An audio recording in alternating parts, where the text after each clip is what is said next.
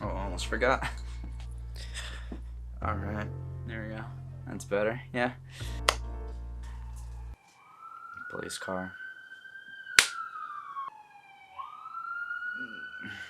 How's it going, everyone? It's Dylan here. Happy New Year. I hope you all got to celebrate 2020 finally being over. Now in this video, I'm here to show you how you can step up your Instagram game in the new year. Now all these tips I'm about to share are mostly based around Lightroom and Photoshop, but there are still free workarounds that you can do right off your phone and with apps that you can find on the App Store. Now to start it off, my first tip is shooting with the intention of posting to Instagram. Now what I mean by this is if you know whatever you're planning to shoot, if it's going to be posted onto Instagram, take this into consideration so you know exactly how you want your shots to come out. Now what I mean by this is if you're filming a video for Instagram or TikTok, you would much rather film it vertically, 9:6, instead of the usual horizontal like you see here on YouTube or regular movies or those sorts of things. If you were to shoot horizontally and then crop in vertically, you would miss a lot of stuff that wasn't framed that you can no longer get if you cropped in. This is the same for photography. If you shoot horizontally but you wanted to max out the space that you can get on Instagram,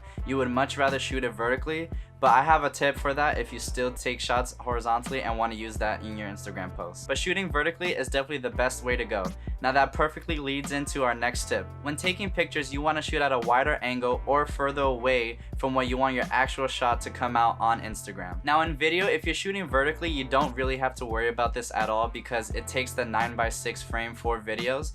But for pictures, Instagram only allows a 4:5 ratio. So even if you take pictures vertically for Instagram, our pictures come out a little bit bigger than 4:5, so you're still gonna have to crop in. So if you took a shot exactly the way you want it, in the end you're gonna be sacrificing parts of that image because you have to crop into that 4:5 ratio. So you can easily do this from your phone. All you have to do is go to your Photos app, find the image that you want, click on Edit, go to the crop tool on the bottom right, then on the top right where you see 3 rectangles, you click on that and then swipe through for 8:10, and then there you go.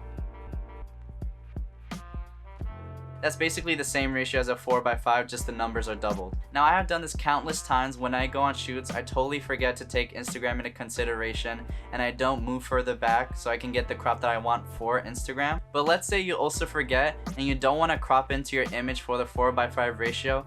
This next tip is definitely for you. Now I'm going to show you how you can resize your original image into a 4:5 without sacrifices. Don't you just love how these tips connect together? Okay, now before you decide you're always going to do this method, you have to realize that it has its limitations and it only really works when the background of your subject or whatever picture you're taking is like kind of simple and there's not a lot of stuff, in the frame, and there's nothing too complicated or too busy about the picture itself. I'll show you what I mean. So here we have a shot I took inside from my easy to do from home photography studio video. In case you missed it, you should go check it out. I used a simple backdrop and I don't want to crop in any more than how I shot it. So first I'm going to duplicate the image in case I mess up anything. I have a backup, which is like the first rule of Photoshop. Then I'm going to use the crop tool to set the ratio to 4:5, then scale the crop up so the entire image fits in. Now you see we have the white areas or gray on the side of the picture.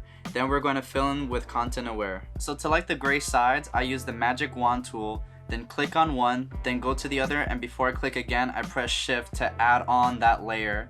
And then I go to edit, fill, and then make sure all your options are the same as mine and your contents is content aware. You click OK, and there, after it loads, it should be fully done. Now there are many ways to do the same things in Photoshop, and I'll show you one more way right now. Now if you wanted to make things a little more complicated or you're working with a different background, you can also try the rectangle marquee tool and select part of the actual image and then the gray area. Then you press Command on Mac and J to move that into a separate layer. Then you're going to want to transform that layer so you can extend it all the way past the gray point. And then I click V so I can transform the layer and stretch it all the way until the gray no longer shows. And then I do the same for the other side.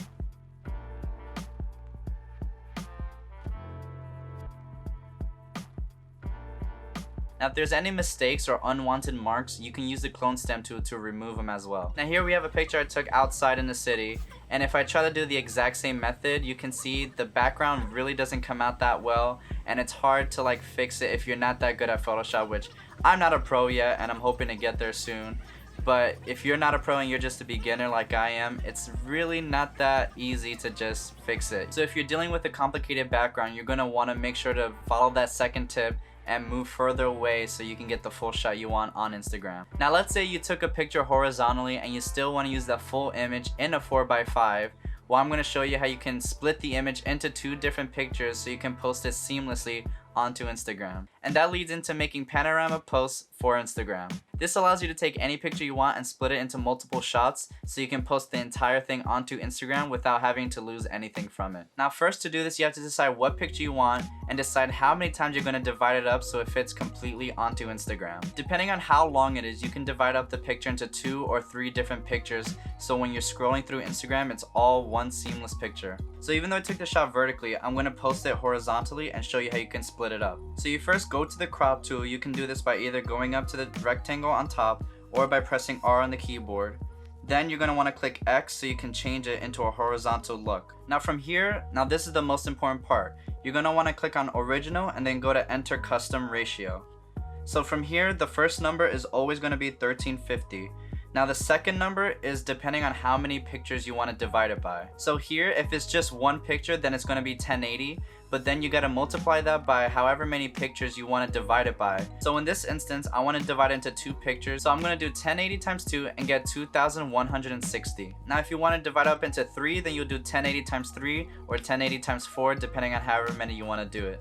Now from here, you're going to want to right click on the image, go to edit in and edit in Photoshop. You duplicate the layer as always. Then you're going to want to go to view, create a new guide layout, and move the columns number to 2. You don't want any rows, just 2 columns, or however many pictures you want to divide it up into. So you can change that number to 2, 3, or 4. But for right now, I'm going to do 2. Now after you do this, you're going to want to slice up the image into the 2 parts. So you're going to hold down on the crop icon and then go to slice tool. Now where it says slices from guides, you want to click on that, and that creates 2 separate images. Now all you have to do is export. You go to File, Export, then go to Save for Web. Now you want to click on the 100% and go to Fit and View so you can see the full image. You want to change the quality from very high or whatever set at to make sure it's at maximum. Now this is another very important step. You go down to the image size, and for the width, you put the total number of how long it is. So for me, that would be 2160. And then the height should automatically go to 1350. Then you click save, you pick where you want to save it to, and then make sure the format is images only and it's all the slices. You click save and you're ready to go to post onto Instagram. Now, not only can you divide your horizontal pictures, but you can also get creative and put multiple pictures together and overlapping to create one seamless post. So on Instagram, you can post up to 10 pictures, but this will allow you to post more if you're overlapping them. So when you open Photoshop, you go to create new, then when you go to width, you're doing the same thing as I showed you before. You do 1080 times however many pictures you want to fit onto Instagram, but the maximum width you can have onto Instagram is 10,800. And then the height is always going to be 1350. Your resolution can be 300 to max it out, and then you just press create. Now when you're in your project, you can go to view and create a new guide layout.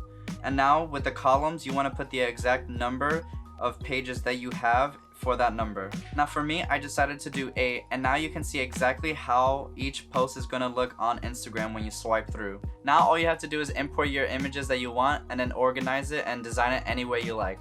Now when you finally have the layout you want, the exporting is a little weird. It's different than just 2 images or 3. So now I'm going to show you exactly what you have to do to export it the right way. Now for this export, you're going to want to use the crop tool and crop into every single part of your layout that you want. So this is to make sure you get the highest quality possible when you get it onto Instagram. Now you have to do this however many times of slices that you have. So once you get your first slice, you just hit OK, you get the size that you want. So once you got it cropped in, all you have to do is File, Export, Save for Web again, and this time you can just export it exactly with a maximum quality, and you can see that the image size is exactly how it should be, 1080 by 1350. If you try to do it the full way and just use slices, that 1350 number for some reason just doesn't make it all the way to 1350. So this is like the best way that I found to do it and to export at the maximum quality possible. Now you do this for every single part of your layout, and then boom, there you go. You got yourself a beautiful, laid out, seamless post onto Instagram. Now those are all the tips that I had for you today. If you have any questions or need any help, just comment down below and I'll try to get to them as soon as I can. Now I hope you enjoyed my first video of 2021. I am definitely going to be posting more this year than I did last year. And that's pretty much it. Now if you're new to the channel, make sure to subscribe and leave a like and comment down below anything you like. And I'll see you guys in the next one.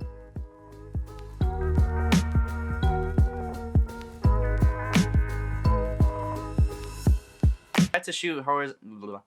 If you did, oh my god, why am I second? It's 2021 and I'm doing worse now. Oh my god.